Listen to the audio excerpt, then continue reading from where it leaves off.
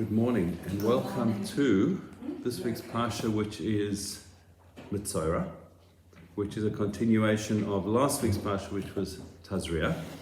And in most years, Tazria and Metzora are read together because they're only read separately when it's a leap year. And this year being a leap year, we read two Parshas separately. In fact, the Haftorah that we read on Shabbos morning was one of the rarest Haftorahs that we read. We will be reading it again in 3 years' time, in 6 years' time, in 9 years' time, and then not again until 2040. This year is a very rare year in terms of the way the year falls out, a whole year, well beyond the scope of a shir now, but the Haftorah for Kedoshim, which is coming up, we almost never read, and that'll only be read again in 2040. So the next time the year falls out like this is 2040, in 16 years' time. And it's because of the way the day of the week Rosh Hashanah falls out, the day of the week Pesach falls out, and the fact that the months, the way the lunar calendar works, in terms of some of them, most months are fixed, but there are a couple of months which could be 29 or 30 days, depending on the year. And this year they were both short months, and then it's a leap year. So we've got all of these things cascading together. So it's like the rarest of all years this year, which is no wonder that we can say the following. Somebody sent this. My wife said I should read this out to you today. So I'm going to read this. Okay. 331 drones, surface-to-air missiles and cruise missiles. 99% shot down. Not a single one reached Israeli airspace. Now I've spoken to people in Israel. I'm not sure that fact is actually true. I think not a single missile reached Israel. I think many of the drones did, but they were shot down in Israeli airspace because people, I've seen videos, we've all probably seen, we saw the drones being shot down, whatever it was. So what does it mean they didn't reach Israeli airspace? Maybe it was above the airspace, I don't know. But that fact I'm not 100% convinced about, but none of them landed in Israel, that much we do know. So this thing says here, I've got no idea who wrote this. The modern day representations of God's Shekhinah, the Ananei HaKavod. The Ananei HaKavod were those clouds that protected the Jewish people in the desert. We had this barrier around us. We had people attacking us, shooting arrows at us, and they just bounced off the clouds. It's essentially what happened. The way Hashem came down to us in the desert and wrapped us in a cloud of His presence in order to keep us safe. The Ananei HaKavod is a cloud of protection. So we had the arrow, the iron dome, David's sling, the patriot, and the iron beam. I saw this morning those cost that, with all the jet fuel and the planes and everything else that was involved, somewhere between 3 and 4 billion shekel for a few hours of work. So whoever wrote this says, Ananei HaKavod, or Israel's defense system, I see no difference. Cannot stress enough how unbelievable this miracle is, a modern day miracle wrapped into our beautiful history. What we need to be very careful of, which we unfortunately have fallen into a trap of every single time we've had a war in Israel, is the might of the IDF, the power of the Israeli Defense Force, the greatest army in the Middle East, the best soldiers. Yes, they are, there's no question about it. But what's behind all that? We need to always remember, it's always HaKadosh Baruch Hu, it's always Hashem, and everything that happens is there for a reason for each and every one of us. Every meeting we have with every person, every occurrence we have in life is there for a reason. Why did Iran attack us? I've absolutely no idea. Many people can espouse whatever theories they like, but Hashem wanted it to happen in this way. Thank God nobody was injured, there was no damage. I saw a video this morning of a rocket that landed in Katrin from Hezbollah, right between houses. The only thing that was damaged was a hole in the ground, some fences, and some solar panels of the house around. Not a single injury. That's a miracle. That's what we have to remember, that Hashem's protect us. Yes, massive rockets. Yeah, it's a rocket, a real rocket, like that goes to the moon. And we just need to remember that Hashem is there to protect us on one condition, that we recognize that Hashem's protecting us, that we don't recognize it is the might of the IDF and Bibi and everybody else and the politicians, because it's only Hashem. Everything is Hashem. That's the message of the Parsha, that's the message of the Seder, and so I think we can stop the shir right now and we can all go home, and if we take that message home with us to our Seder, then we've achieved what the Seder is going to do. Simple as that. But we can't go home right now because we all came out for You a can shir. choose a shorter shear. That's right. No, you can do short shirim. There are many cases where Rabbonim will get up. There was a case, I think it was, I think it was a 6-day war. One of the big Rosh Yeshiva in Israel got up, walked through the yeshiva, stood there, burst into tears, and said, our brothers and sisters are suffering. Now go back and say Tehillim and learn. And that was it. That was the entire shir, the whole yeshiva. Hundreds and hundreds of people came out. Can't remember the exact details. But that was his entire message, that we need to do what we need to do. Our job is to do our job, which is to recognize Hashem is in control and we have to connect to Him. That's it. Anything else doesn't matter. So this week's Parshas Metzora, I'm going to go through very, very quickly because there's really just one message that I take from this Parsha, which the rabbis take, it's not me. We learned last week, Tazria, where we spoke about a person who gets this spiritual disease, which manifests itself physically through skin lesions and colorings and changes in the skin, or through garments. This week's Parsha talks about how the Metzora is cured from his or her tzaras. What is the process that the person has to go through to be cured? The healing process of that. I'll discuss that quickly. But the rest of the Parsha talks about tzaras of housing, because a person's house could get tzaras in it, in the walls, and what happened there, they had to take out all the utensils. One of the things that is brought down is that a neighbor comes to a person and says, can I borrow your lawnmower? Sorry, I don't have one. And full well the guy has a lawnmower. And a week later, he's got this discoloration on his house. He calls in the Kohen, and the Kohen says, well, you've got to clear out your whole house, take all of your utensils, everything out of your house, put it out on the nature strip. And guess what? There's a lawnmower there.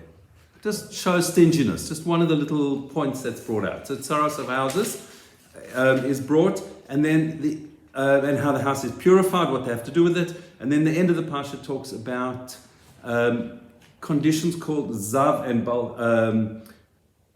balkera, which is male discharges, something we don't have today. It's a discharge that is not a normal one, or female discharges for zava, which is not a regular period that a girl has. It is something else, some type of other, again, spiritual thing which require purification through the temple in both those cases. That's really the entire Parsha. So what I left out was the beginning of the Parsha. So the beginning of the Parsha talks about how does a Metzora become purified? What do they have to do? So last week we learned that they had to go out to the camp. They had to call the Kohen had to check them, they had to disappear for 7 days. They were tameh, they had to be completely excluded. It's the only case of tumah, spiritual impurity, where the person is completely excluded from the camp, from the town. So in terms of the way they were in the desert, and we can bring that into any place we live, but essentially a person who got tzaras would go to the Kohen, would go to Aaron or one of his sons in the desert and say, look, I've got this lesion, can you look at it? They would be excluded. The camp was 3 parts. It was Machne Shechina, Hashem's camp, which is really the Mishkan, and where the Kohanim were. There was Machne Levia, which was the Leviim's camp, which was just around that. And then there was Machne Israel, the rest of the camp, where all the Jewish people were, all surrounded by the clouds of glory, Ananei HaKavod. The person would have to go outside of all of that, disappear for a week, be completely isolated, and then they would slowly come back into society. So in terms of living in Jerusalem, say, the person would not be allowed to be in the environs of the Temple Mount, of the city of Yerushalayim, and have to go all the way out, right outside of the walls of Jerusalem, on their own, if there were other Metzorim there. They would come back. Part of the process was, before they were allowed back in, they'd have to bring 2 birds. They were not offerings per se, so they didn't have to be a normal bird offering is either a young dove or a turtle dove. This could be any kosher bird. They'd bring these 2 birds, and through that they would dip it in 2 light birds. They had to be, it says clean birds. They dip it in cedarwood, crimson thread, and hyssop, and then mix it together. 1 bird would be slaughtered, and they'd sprinkle the blood over the water, and then the other bird will be let go free. Why birds? Because birds twitter. Tweet, tweet, tweet, tweet, tweet. That's what the person did. The person spoke Lashon Hara. Generally, most cases, Tsaras was given for bad speech, negative speech, speaking about other people. The one thing we need to remember, there is a huge Avera called Motzi Shemra, or lying about another person, let's just put it that way, where somebody tells stories about another person, complete fabrications. To discredit another person, Lashon Hora is a person telling truth about another person, exaggerating the truth. It's essentially around jealousy. This person's got something I don't have. Let me tell a story about this person that makes them look bad in other people's eyes. The problem is that the person telling the Lashon Hora, the person listening to and accepting the story as Lashon Hora, both get punished.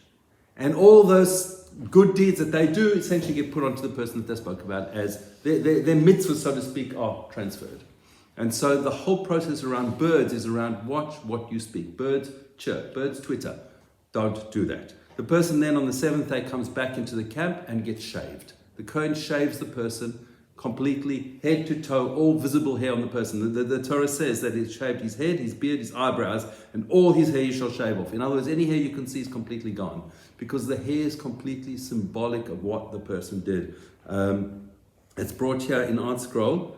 Shaving must be done by the Kohen. He shaves all the hair anywhere outside the Metzora's body. The verse mentions only the head, beard, and eyebrows, because these three areas of hair symbolize his sin. The head represents haughtiness, since he considered himself better and more worthy of respect than those he maligned. The beard frames the mouth, which he spoke gossip and slander, and the eyebrows represent the base trace of tsaros ayin, jealousy, literally narrowness of the eye, which motivated him to destroy the reputation of the other person. Quoting Kli Yakar. Every single bit of the process is about helping that person come back to where they should have been in the base case. Watch your mouth. Watch what you speak. The final stage, he then brings an offering. He brings 2 lambs and flour and oil, and a whole process that he brings to become purified in the Beis HaMikdash. So he's allowed back in. And this whole process is done again to help the person clean up their act, to watch what they speak. Now, we don't have tsaras today, and so we just jabber and don't stop and talk about everybody else. And we need to be very careful of that. So the one place we are encouraged to talk, in fact it's a mitzvah to talk, is next week on Monday night and Tuesday night, the Pesach Seder. Because that's what the mitzvah of Pesach is all about. Speaking about what happened to us, where do we come from, where do we go? There's a song about that somewhere along the way. We were lowly slaves in Egypt. Hashem took us out so that we would be free. What does it mean to be free? Different things to different people. From the Torah's perspective. Okay, from what the Torah says, Hashem took you out to be free. You free people. What does it mean to be free? Exactly. To be free, to follow what Hashem tells us to do. So in other words, we were transformed from being slaves to Paro and the Egyptians in Egypt, lowest of low, to becoming, and I'll use a different word, servants to Hashem. That's a Jewish person's role in life. That's it, end of story. Again, we can end the shir there, but we can't. Our job is to say, what does Hashem want me to do in every single situation I'm involved in? How would Hashem want me to act in this situation? And so on Pesach night, we have a framework of how Hashem would want us to act. And that's called the Haggadah. The Haggadah is if you look at the Haggadah, a lot of what I'm going to say is based on the Malbim Haggadah. I'm going to try and bring out an essay that's brought out in the Malbim Haggadah, in the beginning of it. It's called the Malbim Haggadah. In Hebrew, it's called the Medrash Haggadah. It's attributed to the Malbim. However, there's a bit of doubt who actually wrote this Haggadah, but some years ago they found an article or an essay written as an introduction to the Medrash Haggadah, and it's been translated into English. I've seen various different printings of it. It's on Osamayach's website as well, but it's in the beginning of this Malbim Haggadah now in the English version of it. And it goes through essentially the structure of the Haggadah. It starts off by talking about listing a whole range of questions. I think there's 12 questions it brings in terms of what are we talking about here. I'm not going to go through all the questions. And then it answers the question by going through the main parts of the Haggadah, being that the part of the Seder. Now, last week we spoke about all the mitzvahs of Seder night. Well, essentially, we've got 2 Torah mitzvahs, as we discussed. One being to eat matzah, and 2 being Sipur Yetzias Mitzrayim, talking about the story of the Exodus of Egypt. The way that is framed is that we need to go down all the way back to our degradation, to our negative past, where we were. There's a discussion, what is that point? Is it when Avram Avinu discovered Hashem, and Terach, who we mentioned in the Haggadah, was an idol worshipper. Avram's father was an idol worshipper. In fact, he was the main idol maker for the community that they lived in, for the king. He was the main man who made idols. And there's lovely stories, midrashim, that we tell little kids about how Abraham realized who Hashem was, and he took the idol and the big idol and he smashed all the small idols with it. And his father said, well, what did you do with my idol? He said, I didn't. He said, the big idol smashed all the little ones because he was jealous of them. Whatever story we bring, the midrash brings a few. And Terah says, what are you talking about? These are statues. He says, yes, and you believe that they are God. And we bring that out to show kids that Hashem is God. Not our money, not our jobs, not everything else, but HaKadosh Baruch Hu. Hashem is the only ruler of the world. And we bring out these stories. So we go all the way back. The other place that is discussed where we go back to is that Lavan wanted to destroy us. At that point in time, Lavan's our great uncle through the Emmaus. He was the sister of Rivka. He was the father of Rachel and Leah. So we're very closely related to him, and he wanted to destroy us all. Paro only wanted to destroy the boys. Lavan wanted to destroy all the Jewish people. All the boys and girls, all the children. And so we go back. So we go back to our disgraceful past, let's put it that way. And we come out to our glory.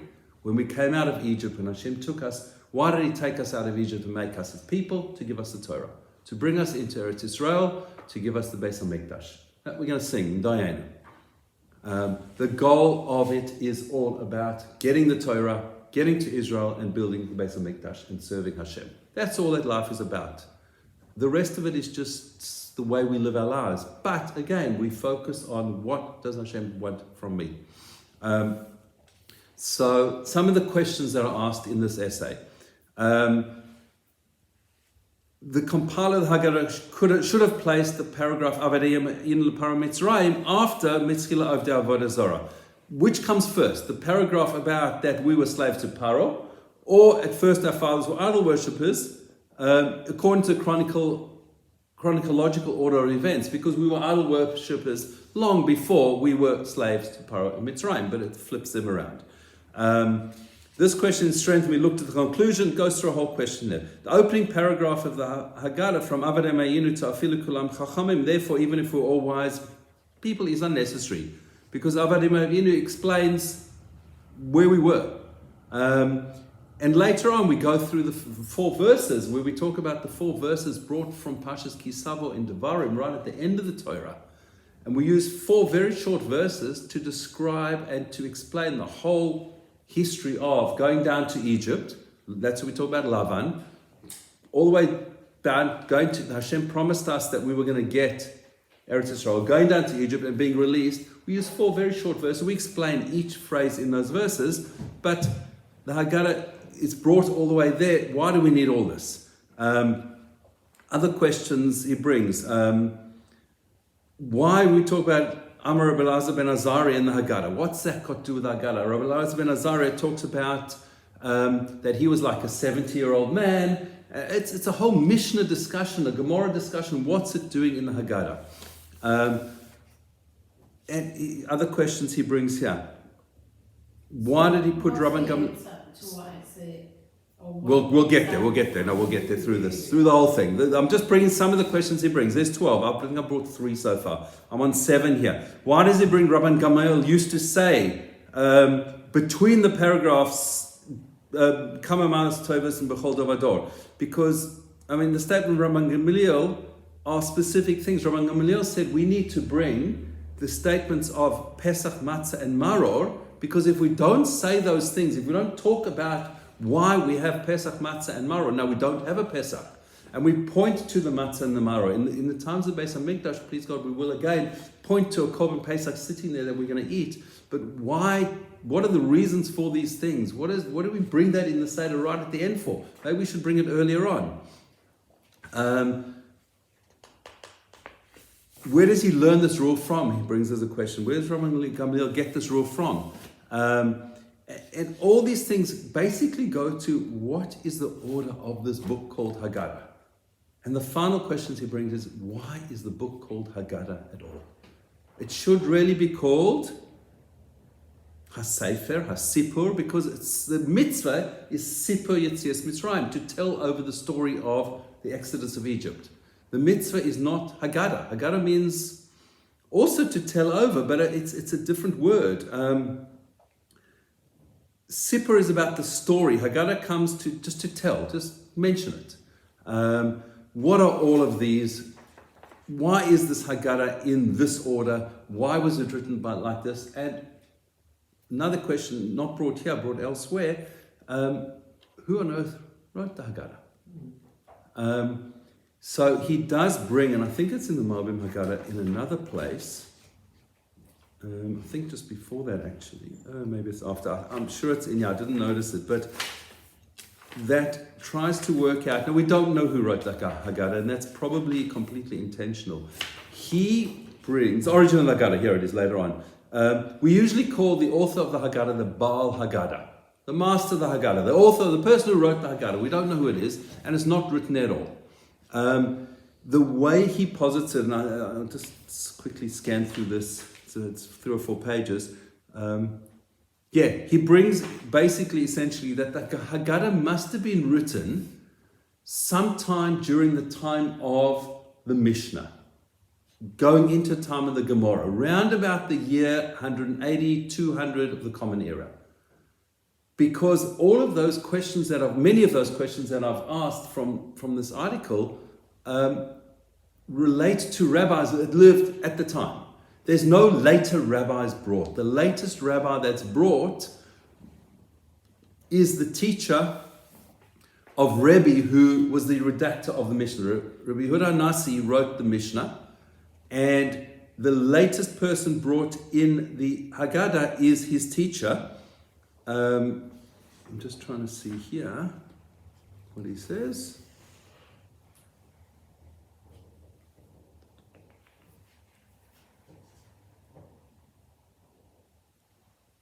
Rav and Shmuel were students of Rabbeinu HaKodesh, brings here that they are quoted. Other people are quoted. Times of Rav Nachman.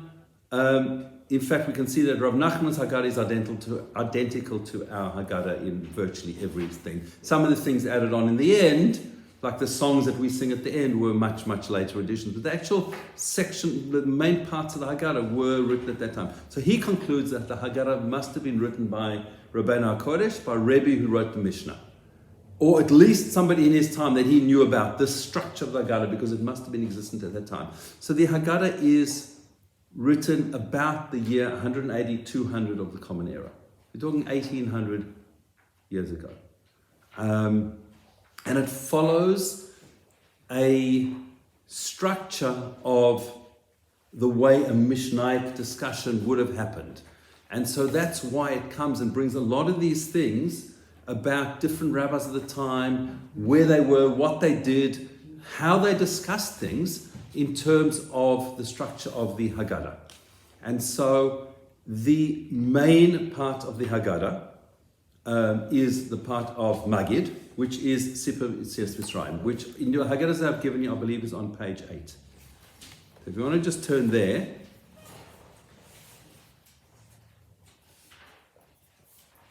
Opened automatically on page 8. It must be the right place. Okay.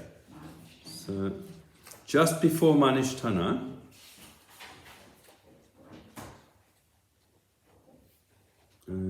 and I should have looked this up before, but we go through the first parts of the Seder, Kadesh, Urchatz, Karpas, Yachatz. So in most normal Seders, that's probably about an hour and a half into your Seder, because Yachatz, breaking of the matzah, usually in my Seder takes about a long time. It's very hard to decide which is the bigger piece of matzah. And then, no, seriously, there's a lot of lessons to be learned from that. And we learn lots of little things out of that. In this Haggadah that I'm looking at, all of that is on 2 pages. Urchatz, Karpas, Yachatz, and the beginning of Magid is on 2 pages. It's just explanations of what we do. There's nothing really to it. So yes, it can take 3 minutes. It does. Right. And so the point is that we should try and figure out, at that point in time, ask a question, why are we here? Because Magid is to tell us why we're here. But we need to, the whole Seder night is around question and answer. The structure of the Haggadah is about questions and answers. The Mishnah discusses, in Avei Pesachim, the Mishnah discusses that if you ask a question up front, it's brought down, then we don't even have to ask Manishna because we've already asked the question. So now we go through the structure of the Haggadah and we ask the questions, but we need to ask extra questions. Children ask parents, parents ask children, whatever it is. If a person's sitting on their own, not that long ago, many people sat on their own with 1 or 2 people on their own in the Seder. The obligation is ask yourself the questions. And so if we land up having to be on our own, I know at Gary's Morgan House at the moment, as of yesterday, there were 10 people with COVID that are confined to their rooms. One of the people I spoke to yesterday got a little bit of a sniffle. He wouldn't have even said he had a cold, he said. He said he feels like a fraud. But they had to do a rat test, and he's confined to barracks in his room for the next 5-6 days, till Shabbos. And so there are going to be people potentially, and potentially even people in old age homes who are going to be locked in their rooms on Pesach night. So what does one do? One asks themselves questions and answers through the Haggadah. That's what it's about.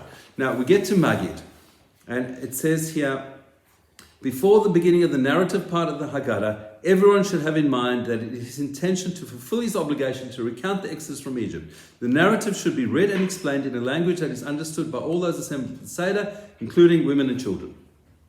Now, that statement, this is a modern Haggadah in English, but that statement obviously goes back to a time where not everybody was literate, but we can all read. And we all need to go through the Haggadah. Just running through, if we just, let's say the person leading the Seder for us can read Hebrew perfectly. But most of the people don't understand what's being read. They haven't fulfilled the obligation of explaining the story. Yes, I do read the whole Haggadah in Hebrew, but I also read it in English. That's what.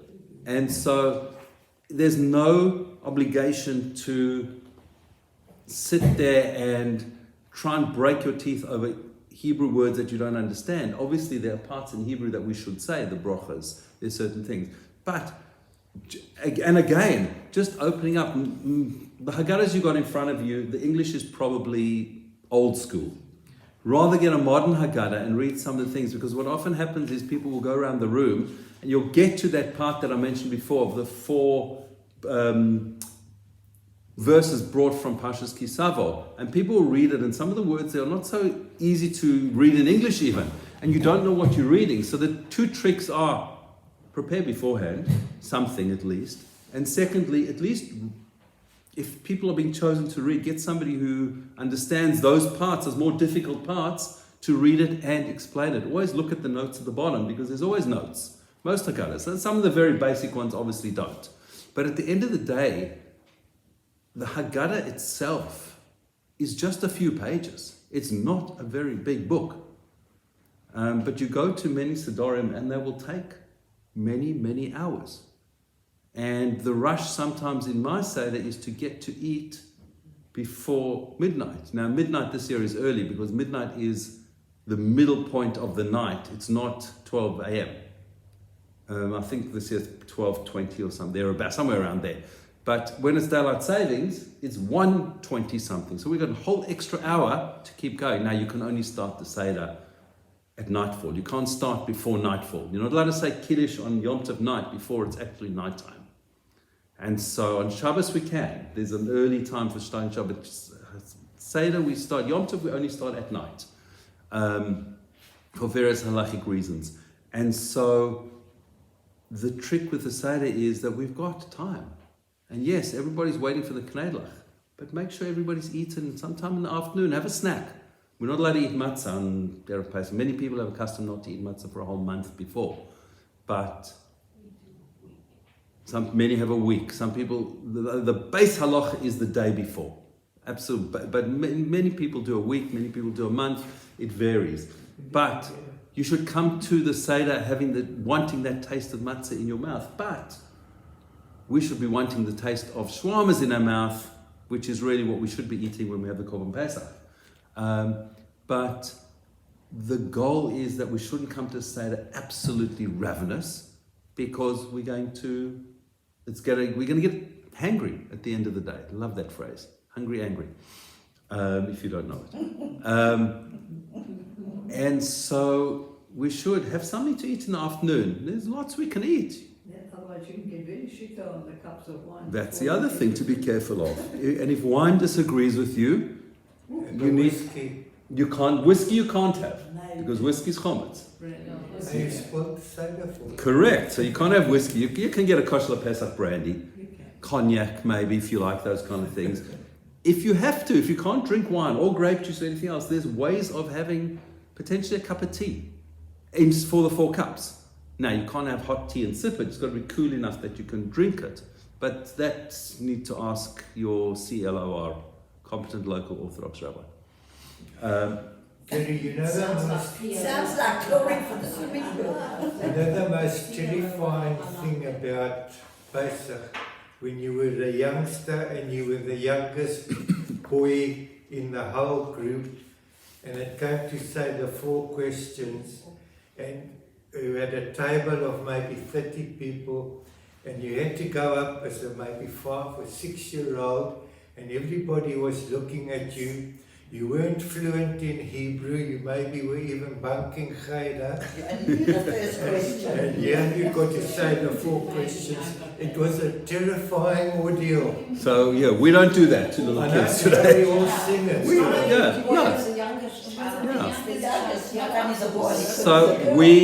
So I heard of somebody the other day who has, I can't remember the number, but some very big number of grandchildren at their Seder. Let's just say 12 grandchildren. It was more than that.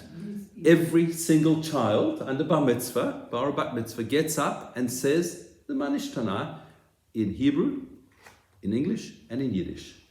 And in Yiddish? Yeah, those that can. Many learn it. My kids learned it in Yiddish at school. Many people know it in Yiddish. I've got several Haggadahs that have got it in Yiddish as well. And so, yeah, so you were terrified. Imagine those 12 kids, each one of them has to come up. Now, they've obviously learnt it at school for weeks and weeks and weeks. In fact, on Friday night, we were at my sister-in-law, and one of her grandkids, who's 4, got up and did her version of the Manish Tanah. We had her version of the Seder. You had a rehearsal. So we had a rehearsal. It was a full dress. No, she was in pajamas. It was not a full dress rehearsal, but the Seder she's going to be at is going to get it all again, and most of the people on Friday night are going to be at that first night Seder. There's some wonderful stories associated with Pesach. Absolutely, I that's told the the girls point. the other night of the lady who found balaclava ready to give her Pesach order. Yeah. And she said she'd like 5 dozen kreplach. He says, you can't have kreplach on Pesach. She said, I want 5 dozen. Having closed the book, he says, you can't have kreplach. She said, why not? He says, because they can't make kreplach on Pesach. And the person who went to Glicks and ordered fish balls thinks she was eating fish, and she was actually eating more bread than fish. Whatever. Yes. No. But she's trying. She's trying. The point is we all need to try better. It's nice to celebrate it, even in your own way. Yes, that's right. But we can all try and do a little bit more, a little bit better. That's the point. The point is that Pesach is the one time of year where people we had a big discussion this morning in my Mishnah Shir. We managed to get to the Mishnah eventually, but it's the time of the year where there are people who have family customs going back hundreds of years that nobody else has. But it just came about in their family, in the town they came from. The things that we don't eat on Pesach, most of it, let me take a step back. Most of what we don't eat on Pesach or are not allowed to eat, and I'm using that phrase very, very loosely, is no Torah prohibition whatsoever. The Torah prohibition is you're not allowed to eat one of the 5 grains that came in water for longer than the time it would become chometz. There's a whole debate on kitniot. Where did it come from? What's the whole thing on kitniot? Now, as Ashkenazim, we don't eat it because various reasons going back centuries, 1,000+ years, what happened? Mostly to do with the way food was prepared and transported. So grains were transported with other things. I spoke to a friend of mine who's a coffee wholesaler. And I said to him, have you got kosher Pesach coffee? He said, I do, but I don't. He said, most of the coffee I'm bringing in now is coming from countries where they transport the coffee with corn. Corn is not chometz, but corn is kitniot. And so therefore he can't use that coffee to make his kosher Pesach coffee. But he's got single brand, single strain from Papua New Guinea, where there is no corn grown in Papua New Guinea, therefore that coffee is fine. And so even in our times we hear these things. So there are people who don't eat dried fruit. Now, what is wrong with dried fruit? Take a fruit, put some whatever chemicals on it, and it dries. No, because in times gone by, in many places, they coated the fruit with flour and put it out in the sun to dry. That's pure chometz.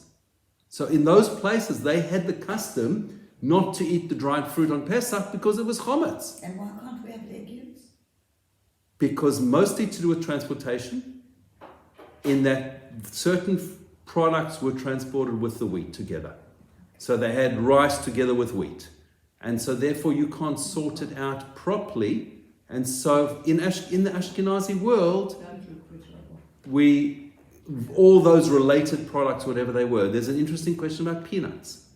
Most Ashkenazi poskim say peanuts are kitniot. Reb Moshe Feinstein said no, to him it's not kitniot. Now, can we follow Reb Moshe if we've never eaten peanuts? No. But if we have a tradition that peanuts are not kitniot, then we can eat them. It's lots of things. People don't eat garlic. Garlic was covered with flour. To preserve it, they used to cover it with flour in many places. So every single place had their own customs, their own reasons for not doing it. Many families took on extra stringencies within the family itself, and therefore that family doesn't do it. And so I'll give you a cute story which happened. We met somebody who is South American Ashkenaz, and very, very strict with keeping 6 hours between meat and milk. Very strict family. Like they were like 6 full hours. So most people who kick 6 hours is 6 hours from the time I stop eating meat until I can eat milk. There are people who will eat it into the 6 hour, which means 5 hours and a bit. This family was at the end of the meal. In other words, well after you finish dessert, everything you've benched. Okay, now I've finished my meat meal. I wait 6 hours. This lady married a Dutch person who keeps 1 hour. Her mother was completely horrified that she came for a Shabbos meal and they had afternoon tea, which was meat, which was milk, dairy, they had ice creams, whatever it was. Her mother was completely horrified, but she's now married into his family and she can pick up his traditions. So she did. She says it's the best thing ever. She can have ice cream after her meat meal. And, as long as it's got to be a separate meal. But, okay. It's called marrying out.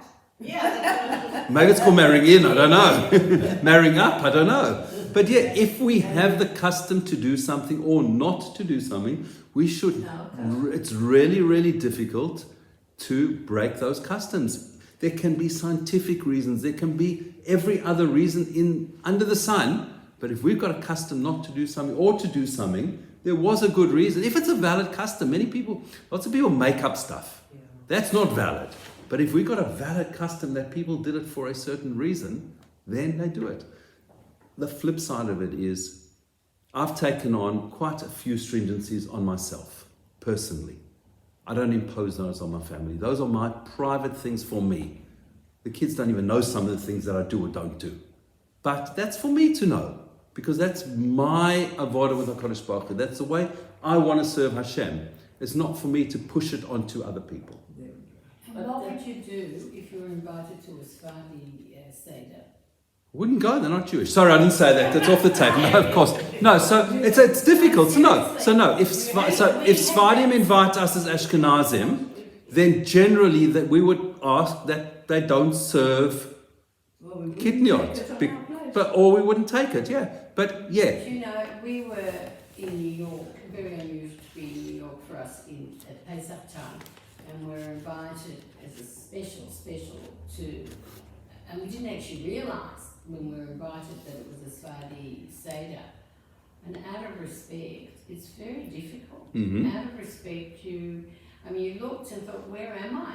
Yeah. It's so different. Totally different, yeah. They cook a lot of their food with the rice and with the peas. Oh, yes. Yeah. Because I know my friend who's... At the end of the day, what's the big deal not to eat rice for a week or peas for a week? It's not a big deal. There's people who are, that I know are converting, and there's a couple of people who converted, and they've decided they want to take on to convert as Sephardim instead of Ashkenazim. For whatever reason, it's far more spiritual. Sephardim are the real Jews. We're just copycats. And that's just to get me out of my last comment that I made. We are all Jews and we're all serving Hashem. That's the bottom line of it all. And yes, there are different practices. There's certain people whose homes I won't eat in on Pesach who I'll eat during the year, because I take on certain stringencies for myself. Our house, not anymore, but it used to be more stringent on Pesach than it was during the year. Now we're just strict all year. We just don't have chametz ever. I'm joking. You're not allowed to do that. We can't. And my reason I've said that is we're not allowed to add things to the Torah.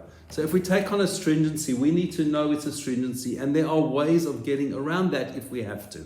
But it's always the one who knows nothing who makes up stories. So Who makes up stories. yeah, absolutely. So yes. So I'll say that slightly differently in related to a different thing. A difference between a rabbi and a good rabbi. A good rabbi knows where the leniencies are and how to rule leniently on something. It's very, very easy to rule stringently. It's very, very easy to say, no, that's treif. No, that you can't do that. No, you can't do that. A good rabbi knows when to say, yes, you can do that. And these are the circumstances you can do that in. It's the exact same concept, but I'm just equating it in with that. And so let's jump back to the Seder. We've got a few minutes and I haven't even started. So that's okay. It doesn't matter. That's what the Seder is about. It's about having that discussion, talking about who we are, where we came from, and where we're getting to. Where are we going to be when we wake up tomorrow morning, the day after the Seder? And our own personal freedom. Exactly right. Okay. So we had on Shabbos, we had Rabbi Daniel Travis, who's a Rosh Koil from Eretz Israel. He's an American, lived in Eretz Israel for the last 40-something years. He's got a kollel that trains rabbis, trains people to be rabbis. So it's people who are rabbis already, but he trains them to be real rabbis, how to rule halacha. It's a halacha kollel, basically. So he's here in Melbourne. He's leaving tomorrow night. He's speaking at various places. And so he was here Shabbos morning and he spoke. And he spoke about taking what's in our hearts and opening up and freeing our hearts. That's what our job is. Our job is we are clogged up. We are so set in our ways. We are so fixed on those things, those customs we've taken on without even knowing it. And I'm using those words very, very, very, very loosely. But those things that we do that block us, that keep us apart from Hashem. We started talking about what happened in Eretz Israel and the incredible miracle over the weekend, yesterday. Those things that make us see that it was all Bibi and Biden and the IDF and the Royal Air Force and the US Air Force and whoever, and the Jordanian Air Force who shot down missiles and whoever it was. And we don't stop to think that it was Hashem putting those things into those people's brains and giving them the tools to be able to do that. And that's everything else in life. We go through life day after day, just going day after day. We don't stop and think. Doing the same thing. Same thing, yeah. What do I do in the morning? I wake up, I eat, I do what I do, I go back to sleep so that I can wake up and eat and do what I do so that I can go back to sleep and wake up and life just rolls, it becomes like tumbleweed. And the Seder is a time to say, stop. Let me get rid of that tumbleweed. Let me clean out. The cleaning out of chometz. The rabbis talk about this very strongly. The Mussar rabbis go to town on this comment. Chometz is that sourdough, that rise, that stuff, that puffiness in us. Yes, it's obviously chometz. The Torah says, clean out your kitchen, clean out your house. Make sure you don't have chometz in your house. But our house is us. It's within every single one of us. The object of what people are doing right now, going through, cleaning our houses, checking for every little crumb, needs to be a threefold checking. One is, yes, I need to check my house. Yes, I'm making sure my house is kosher Pesach, no question about it. That's the halacha. Two is, check myself, look at myself, and not look at other people. I don't need to see what other people are doing. I need to see how am I doing it. What am I doing to open up my heart, to open up my whole kishkas to accept Hashem, to break away from that spiraling day after day. What did I do yesterday? I just do that, I do that, I do that. To say, there is another day. What is today? Today's Friday. Let me think of doing something for Shabbos. Let me think of doing something nice for another person. Let me think of what am I doing for Shabbos that I didn't do last week. Can I do something that I regularly just do on Shabbos? But no, I need to say no. It's Hashem's day. Hashem doesn't want me to do that. Because at the end of the day, Hashem promises us a few things. One is on Rosh Hashanah, every year we are promised that whatever we're going to earn this year, we earn. Earn means the money we've got in our bank account to use. There are a few things that are not included in that account. Anything we spend on Shabbos and Yom Tov, and a few other bits and pieces as well. Educating kids, other things. I could quite safely say that I will pay for anybody who's going to do something on Shabbos that they wouldn't. If they decide not to do it, I'll pay for the difference. That's how comfortable and confident I am. If somebody's going to do something on Shabbos and they're prepared not to do it, I'll pay the difference, whatever it costs. That's where the importance of what Shabbos is. And that's the importance of Pesach. Pesach comes at a time that says, just stop. It's the first Yom Tov of the year in terms of the cycles. Nisan is the first month. And so we're going to go through Pesach, Shavuos, Rosh Hashanah, Yom Kippur, Sukkot. What our Pesach does sets us up essentially till next Pesach, but certainly till Sukkot. The strength of what we can do, and that's the third part of the three things we can do, is prepare for the Seder. Spend some time saying, okay, I may be running the Seder, I may not be running the Seder, I might be a participant at the Seder, it might be people I know, it might be people I don't know. What can I bring to the Seder? What can I say, okay, here's me, little me, I don't know much, but I know something. Let me take something, let me learn about something in the Haggadah that is relevant to me and the people at the Seder where I'm with, that can help me improve my life and open my heart and come closer to Hashem. Okay, so now what... Gary, I yes. want to share something with you. For children of Holocaust survivors, Pesach was very important. Yes. But what was really interesting is they brought their traditions, they brought their learning, but there was this unwritten rule that you do, but you don't ask, and no one has to explain why. And I think it was because they might not themselves know. Right. But so what was important to them was all the traditions they brought from home, Right. but you weren't allowed to ask why.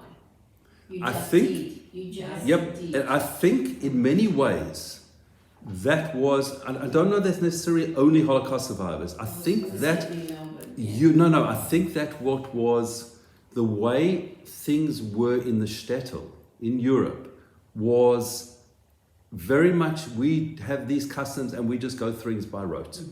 That's it. One of the things that that I've looked at and read about and can see that happened in pre-war Europe in the shtetl was you had two classes of Jews.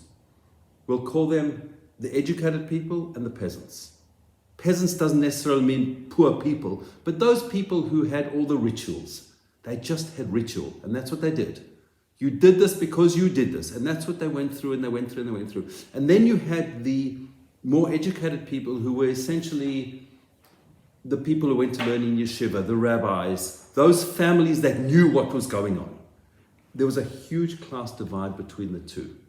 I think what has happened post-war Europe is there's obviously huge differences, and you go to a Seder in a family who knows what's going on, it's a totally different Seder because of the depth of knowledge, really. But we have got so much opportunity today because of so much available, and we have to be really thankful to organizations like ArtScroll, who have basically opened up entire, across the board Torah, the stuff that they've translated into English and many other languages as well, French, Spanish, other languages, is available to us mere peasants. Whereas previously it wasn't. So I think you got a double whammy there. One, you had what was going on in Europe, and I think two was the trauma of people who went through the Holocaust. It was a totally different environment. And so, yeah, if you could get somebody, very few, unfortunately, people left. I mean, we're talking 80 years ago. But if people whose parents were able to open up what it was like, it would have been incredible. It was incredibly joyous. Yeah, It was so much singing. Yes, right. The focus. It was so joyous, you can't even Yep. imagine. Even more so than I think today. Yeah, With absolutely. singing and Because singing. people who had come out of that, who had experienced that, had their own lives saved. They'd been through their own Mitzrayim. They'd been through an enslavement, a real enslavement, and become free people. Whereas for most of us, certainly my generation, we've been free our whole lives. Nothing. Since post-war, We've had a good time. we've had an incredible life. You just look at the way people lived 100 years ago to the way people have lived in the last 50, 60 years. It's just, we've never experienced bad times, really. I mean, at the end of the day, the recessions we've had are nothing like happened in the late 20s. The world is a different beast and has been. And I think what we've become is people who just sit on our laurels and get used to going through the motions of that living day in, day out, day in, day out. And we need to, as Jewish people, and I think maybe that's one of I can't say this, but for some reasons, maybe that's why Hashem does things that come along to scare us. The Chofetz Chaim used to write and talk about, there was an earthquake in wherever, in America. It doesn't affect me, but what do I take from that? There's a war in Israel. Yes, it affects me terribly because it affects every single one of us because we all know people who are directly involved in what's going on. But what do we take from that? What can we grab onto to help us open up our neshamas to connect to Hashem? Why is Hashem doing that? That's a question we need to ask all the time on everything. On what seems to be really, really negative things and what seems to be positive things, whatever it is. We came out and heard about these missiles coming along. It seemed like it was absolutely going to be a catastrophe when we heard these 300, whatever, hundreds of missiles were coming from Iran. And a few hours later, they're all blown up, what amazing. And we just move on? But we No, we say thank you, Mr. Gold. Yeah. Thank you, Mr. Gold. Mr. Gold, who's he? He's the guy who invented this The Iron Dome. Okay, yeah. So we need to say thank you, HaKadosh Baruch Hu, and say, okay, what's Hashem trying to teach us? Now, most of us are not at that level to understand exactly what Hashem's trying to teach us and everything. And that's why we need to listen to what comes down, what the rabbis teach us at every different level, every different person. So I'm going to jump. Can I just borrow Haggadah for a moment? I'll tell you what page to go to. So we've just gone from page 8, the beginning of Magid, okay, where we say Halach Ma'anya. The whole thing, the whole night of Pesach is a night of contradictions. We start off by saying that matzah is lach ma'anya, poor man's bread. The bread of affliction, we call it. Lach, it's Aramaic for poor man's bread, or poor bread. Interestingly enough, we say there that our ancestors ate in the land of Egypt. We ate matzah while we were slaves in Egypt because matzah is easy bread to make. Matzah has a second quality on it, which we get to the end, which is matzah that we didn't have time for the matzah to rise when we left Egypt because it now became free man's bread. The whole night, if you look through the Manish tonight, everything is about questions of positive side, negative side, good, bad, discussion about just opposites. So the whole structure of the Haggadah is really summed up on, I'm not going to find this very easily, am I?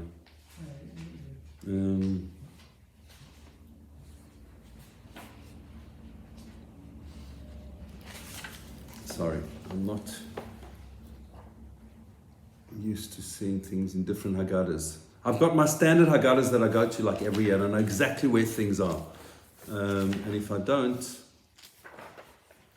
You're in trouble. then I'm in trouble, which I'm in trouble right now. Maybe your biggest trouble now. Here we go. Okay. We're going to get to say,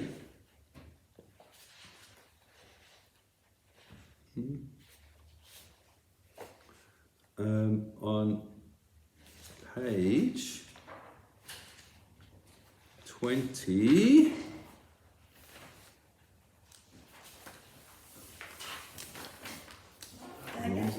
sorry. No, not Diana. After Maro. After Diana. I just can't see it. There's a page missing in here. B'chol dor v'dor. Yeah, from generation to generation. Yeah. Here we go. Bottom of page 23. Just turn past that page 3 times. Okay, bottom of page 23, we're going to say, B'chol dor v'dor chayev adam liros es asmo kihiluhu yatsa mimitzrayim. In every generation, one is obligated to see themselves as if they personally had left Mitzrayim. Every one of us needs to say, I have left Mitzrayim. I've gone out of the Mitzrayim is those things that are holding me back. Those things that are tying me up. And then it brings a pasuk, Shnema, because the verse says, Higadat levincha bayom ha'hu lemor. You shall relate this to your child on that day, saying, Ba'avur zeh asa Hashem li b'tzeisi Mitzrayim. It's because of this that Hashem acted for me when I came out of Egypt. Okay, a few words, a few things in that verse. Ba'avur zeh. Sorry, let's start at the beginning. Higadata levincha. That word higadata, does it sound familiar? Haggadah. That's the source of why it's called a Haggadah. Higadata levincha bayom hahu lemor. So it shall relate to your child on that day, lemor saying. So what the Malbim Haggadah, those 12 questions that are asked at the beginning, what he brings, and this was going to be what the shir was about, so we'll just quickly run back and go through very, very quickly this verse. This verse is the entire Haggadah. Okay? The Haggadah, you shall relate it to your child. That's the first section of the Haggadah. It talks about Avadei Mayinu and concludes with the son who doesn't know how to ask, because we talk about the 4 sons in that section of the Haggadah. Okay? So that's placed at the beginning of the Haggadah of Magid, because that is the beginning. That's when your son asks you on that day, you shall relate to your son when he asks you. Vigarata levincha. Okay, that's section 1. And he goes into a whole thing in this essay. If anybody would like it, I'll put the link on that WhatsApp group for those in the WhatsApp group so you can see this article here. The second part, and he puts in here how our questions just disappear. He goes through those 12 questions and explains how the questions just fall away, each of those questions. Okay, the second section, Bayom Hahu, on that day. Well, Bayom Hahu follows next because it discusses when we fulfill the mitzvah of discussing going out of Egypt. Because the Haggadah talks about we are going to, when do we discuss it? Is it on Rosh Chodesh? Is it after Rosh Chodesh? No, Bayom, on that very day is discussed. On the day of the night of the 15th of Nisan is when we discuss it. But I've lost the place. Okay, just stay on that page. Just on that verse, page 23 at the bottom, the very bottom paragraph, where it says something to the effect of every single generation person obligated to see that they had gone out of Egypt, as it says. Okay, so the verse starts with, from as it says, Shenema, V'gad levincha b'yom hahu, to relate your son on that day, Lamor, saying. That's the third section. So he says, Lamor is in this verse, the Haggadah, compiler of the Haggadah established the order based on the sequence of words, V'gadate, etc. Next, he placed detail where to fulfill the obligation, which we said, Lamor saying, that's actual story of the Exodus. Lamor, whenever the Torah says Lamor, it says, V'yadaber Hashem el Moshe Lamor. Hashem spoke to Moshe saying, is the way that's normally translated. That Lamor means to say over. So the Torah says, Moshe Rabbeinu, Hashem says to Moshe, say over, and that is the saying of the story of the Exodus of Egypt. So that one word, Lamor, tells us this is the time where you tell the entire story of the Exodus. That's the third section. The fourth section of the next verse, Ba'avur zeh. Because of this. Because of this. What is because of this? Because of what Rabban Gamliel said. Rabban Gamliel said, put these things in front of you. Pesach, Metzora, discuss them. Because of these things, Hashem took us out of Egypt. The fifth section, Asa Hashem li, Hashem acted for me, li. We need to know that verse, the verse in the Torah, is, the word li means to me. It's talking about me. Every single one of us were taken out of Egypt, and we are retaken out of Egypt that night. Our goal is to get to this point in the Seder and say, I have been released. I have been pulled out of those things that are stopping me. Now, does that mean tomorrow morning or the morning after Seder that I'm going to wake up and I'm this totally new neshama? Yes, it does. But I've got work to do. I've got to now work, and which is one of the reasons we count the Omer to take us to Shavuos. I've now got 49 days to put in place what I felt at that Seder night. I've got to a point where, okay, I can connect to Hashem at a much higher level. I can be closer. I can do certain things. I know I can do it. I'll wake up the next morning. I'm going to be the exact same person I was before. But I now count the Omer that next night, second night Pesach, and I start thinking, okay, how am I going to improve myself over the next 49 days? So that the goal of going out of Egypt is to get the Torah and Mount Sinai. And so 49 days, I'm going to prepare for that. Okay, that's the fifth section. Asa Hashem li. Hashem did for me. The sixth section, B'seisi Mitzrayim, when he took me out of Mitzrayim. When Hashem took me out of Mitzrayim. That's how I need to be. And that takes us to the section called Lefichach, which is the very next section. If you turn over to probably page 24 in the Haggadah, Lefichach anachnu chayvim lahodos lahalel l'shvach l'fa'el l'romem lahadel l'vrek l'leikales l'mi she'asa lavasenu v'lanu es kol hanisim. Therefore, we are obligated to give thanks, to praise His mighty acts, to Lord, glorify, exalt, proclaim His might, bless, extol, and celebrate Him who wrought all these miracles. Who for our forefathers and for us. We need to recognize that Hashem brought us from slavery into freedom, from sorrow into joy, from mourning into festivity, from darkness into great light, from subjugation to redemption. And therefore we sing Hallel. And that's where we start saying Hallel, the next section of the Haggadah. It's the Hallel part of the Haggadah actually comes after benching, but we say the first two parts of Hallel here. In Melbourne, it was a double. They took us out of Egypt, yep. And they took us out of, and Hashem took yep. us out of the concentration and brought us to freedom. Yep. So that's what I said before, that's what we were saying, is that we had that ability to experience what that real going from slavery to freedom was, from being completely subjugated, not knowing if I'm going to be allowed to wake up tomorrow morning, to suddenly being in a country. It was absolute rule, 100%. And I think you as a child of that have a lot of that experience that most South Africans, for example, didn't have, because we didn't have virtually no survivors. And so, yes, it's still very real. Yep, yeah, that's personal. And so our goal for those of us who never experienced that, who were your children or your grandchildren who never experienced that real joy, you need to share. That's exactly it. So we all need to, and so it's what's important there is to share those stories, what happened before, how we got to that point, what was it like in the early days, whatever it is. It's important for grandparents to tell grandchildren what Pesach was like with their grandparents, because that links us back. Because at the end of the day, I once did this in our Seder, I worked out how many generations there were. I'm a Kohen. How many generations are there from me all the way to Aaron HaKohen, the first Kohen? Wow. A few. Wow. Give me a number. Just give me a number. Throw out a number. More than 100. Give me another number. Less than that. I'll tell you that much. 75. Probably somewhere between 75 and 80 generations. That's all it is. And if you think about it, yes, it's working at about generations 20 to 25 years, give or take, generally, sometimes less, sometimes more. In our times it's become more, but in former times it was about 20, 23, 24 years between them. And so people have 3, 4 generations, but we don't know beyond that. And so it's up to us to engage grandchildren to say, this is what it was like.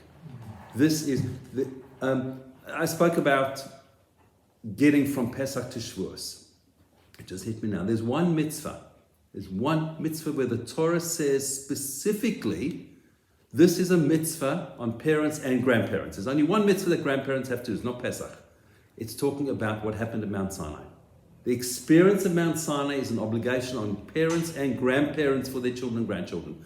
It's the only mitzvah that a grandparent has actually got, an actual mitzvah written in the Torah. Grandparents teach their children about the experience of Mount Sinai. We'll get to that when we discuss it in 7 weeks' time or so before Shavuos, please God. But Pesach night, to discuss that chain, that unbroken chain of my 75 to 80 generations, going back to Aaron HaKohen, to Moshe, to standing at Mount Sinai, to going out of Egypt. That's our job on Seder night. We've got just a few hours on Seder night to try and bring out for ourselves, for those people at the Seder, for our children, for whoever it is, something that we can feel that we've broken those shackles that hold every one of us back. So the obligation is twofold. The obligation is, yes, I need to see myself. I'm going to say that straight there. I need to see myself as if I've gone out of Mitzrayim. I need to transport myself back 3,500 years. I was a slave in Egypt and now I am free. We weren't slaves in Egypt. We're Levim. We were not slaves. The Levim were not enslaved. The other Jewish people all were. But we were still in Egypt. We were still not allowed to leave. We were stuck in Egypt. But we need to see ourselves that we were there and Hashem took us out. Because the way the calendar works, the Jewish world works, is in a spiral.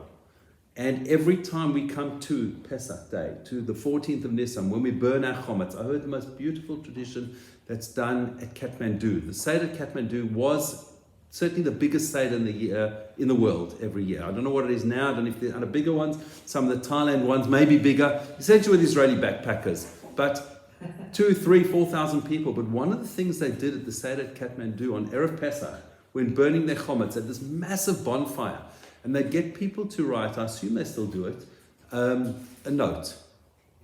These are the things that I want to get rid of. This is the negativity that I want to take out of my soul. This is what I want to change. Privately, write it for myself, and work on myself, and take that note and throw it in the fire with the chometz. Because I'm now burning that chometz, that's real chometz, symbolically, in the burning. It's not really symbolic, because you have to burn it to that it's no longer, it's not toast, we're not making toast, we're making chometz that disappears completely. Burning that chometz physically, and burning that chometz that holds me back. That thing that's blocking my heart, blocking my neshama from growing, from connecting, from just coming that much closer to what Hashem wants me to do. And so if we can burn our chometz on Pesach Day, and we can come to a Seder, and we can go 2, 3 generations back, we may have known our parents, our grandparents. Some of us were fortunate to have great-grandparents. I remember Sedorim with my great-grandfather. And so if I can impart some of that connection, because he remembers Sedorim with his grandparents 200 years ago. And he remembers Sedorim with his grandparents, and we just keep going back, not that far away. We can be sitting at the Seder of Rebbe Yehuda Anasi, who according to this probably was the author of the Bal Haggadah. We can be at his Seder, and not that far before that, we can be at Moshe Rabbeinu with the Jewish people coming out of Egypt. Our goal is to get Egypt get out of Egypt and get Egypt out of ourselves. We shall all have a wonderful Yom Tov. There'll be no Shir next week because Erev Pesach. There'll be no Shir the following week because it's Shvi Shel Pesach. Please God, we'll meet in a few weeks' time. Good night.